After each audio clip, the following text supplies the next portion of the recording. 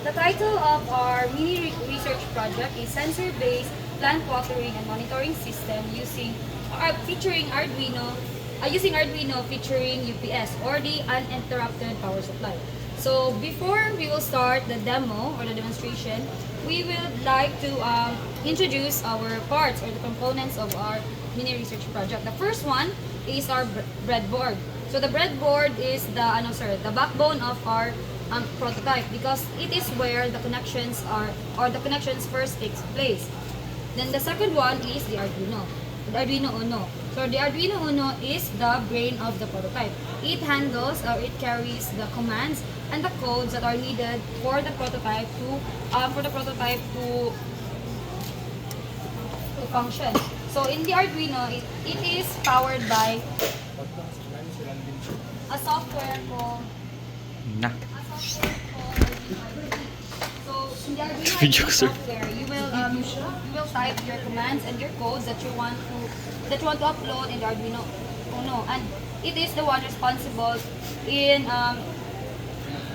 commanding and in spreading codes and commands. So the next one is this soil moisture sensor. So this soil moisture sensor is responsible to sense or to determine the soil moisture level of a soil or any type of soil. It is connected to the breadboard and to the Arduino Uno. So the Arduino Uno also gives commands to the soil moisture sensor. The next one is the relay module. So the relay module acts as a storage of the command serve. So the relay module is where the sending and receiving of signals and commands from the water pump and the sensor takes place. So depending on what the sensor senses, it sends a signal or a command to the water pump for it to water or not. The next one is the liquid crystal display or the LCD. It is responsible for displaying the amount or the level of moisture sensor that is being sensed by the soil moisture sensor. Other than that, it can also display if the water pump is watering, if it stops, or if it pauses for 5 seconds for the sensor to sense the soil moisture level. The next one is this UPS or uninterrupted power supply.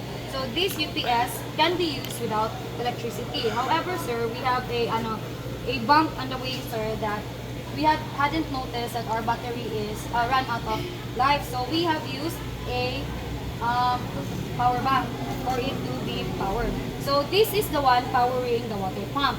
So the water pump needs 5 volts of voltage for it to power, for it to function. For that prototype. Yes, sir, for this prototype.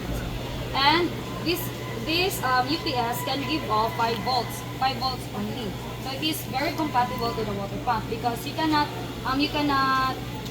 overpower or give more voltage than the water pump can handle because there will be tendency, sir, that it can explode or it can lose its function. The next one is a switch. So this switch is connected through a AWJ stranded wire number 22 from the water pump and the UPS. So this is where the on and off function of the water pump happens. So it is responsible for turning on and turning off the water pump. And the next one is the water pump itself.